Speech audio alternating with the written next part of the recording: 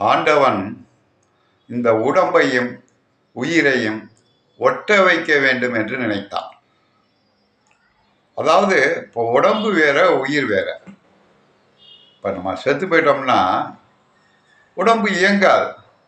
நம்ம உயிர், ஆத்மா நம்மை விட்டு பிரிந்து விடும். இது எல்லாருக்கும் தெரிஞ்சது தானே. ஒருத்தர் இறந்துட்டார்னா அது வரைக்கும் உயிரோடு இருக்கவர் இறந்துட்டான்னு ஏதோ வச்சோம்.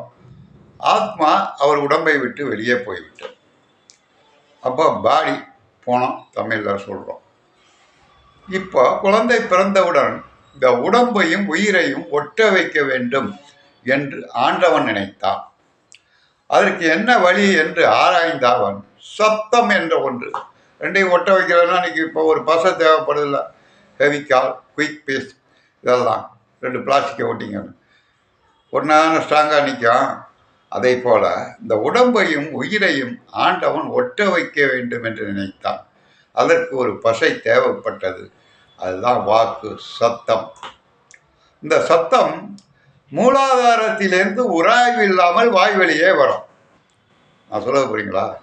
மூலாதாரத்தில் இருக்கும்போது சூக்குமை வாக்குன்னு பேர், தொப்புளடிக்கு வரும்போது பைசந்தி வாக்குன்னு பேர், நெஞ்சுக்கு வரும்போது மத்திமை வாக்கு, கழுத்துக்கு வரும்போது வைகரி வாக்கு, வாயின் வழியே வரும்பொழுது தூள வைகரி வாக்கு.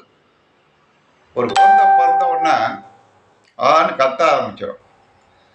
எந்தவித உராய்வே இல்லாமல் வருகிற சத்தம். ஆனா இப்போ 2 கையை தட்டினாதான் சத்தம் வரும். அந்த உடம்பும் உயிரும் ஒட்ட வைக்க வேண்டும் என்று நினைத்த ஆண்டவன் ஒட்ட வைத்த பிறகு எந்தவித உராய்வும் இல்லாமல் என்ன வாயின் வழியே வருகிற தூள வைகரி வாக்கு முதலில் அது எந்த நாட்டில் பிறந்தாலும் குழந்தை. ஆனால் தான் எனவே தான் வள்ளுவ பெருமான் இந்த உலகத்துக்கு எல்லா எழுத்துக்களுக்கும் ஆனா முதல் எழுத்து அப்படின்னு சொன்னார். இதில் வரி வடிவம், எழுத்து வடிவம் 2 இருக்கு. பாதி கிணறு தாண்டினா பாஸ்ன்னு சொல்ல முடியுமா? முழு கிணறும் தாண்டணும். வரி வடிவத்திலும் ஆனால் தான் முதல் எழுத்து. ஆனாவை போட்டு பாருங்க, ஒரு சிறிய வட்டம், ஒரு அரை வடிவம், அதாவது பிறை வடிவம், ஒரு குறுக்கு கோடு, நெடுக்கு கோடு, ஒரு ஹரிசாண்டல் லைன், ஒரு வெர்டிகல் லைன். ஏவை போட்டு பாருங்க, 2 வெர்டிகல் லைன், ஒரு ஹரிசாண்டல் லைன். பிஏ போட்டு பாருங்க, ஒரு வெர்டிகல் லைன், 2 ஆஃப் ரவுண்ட்.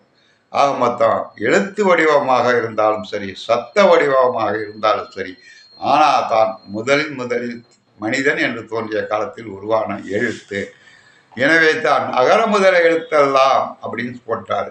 எல்லா எழுத்துக்கும் ஆனாதான் முதல் எழுத்து அப்படின்னு சொன்னார். இதை யாரும் நம்ம புரிஞ்சுக்கிறது இல்லை.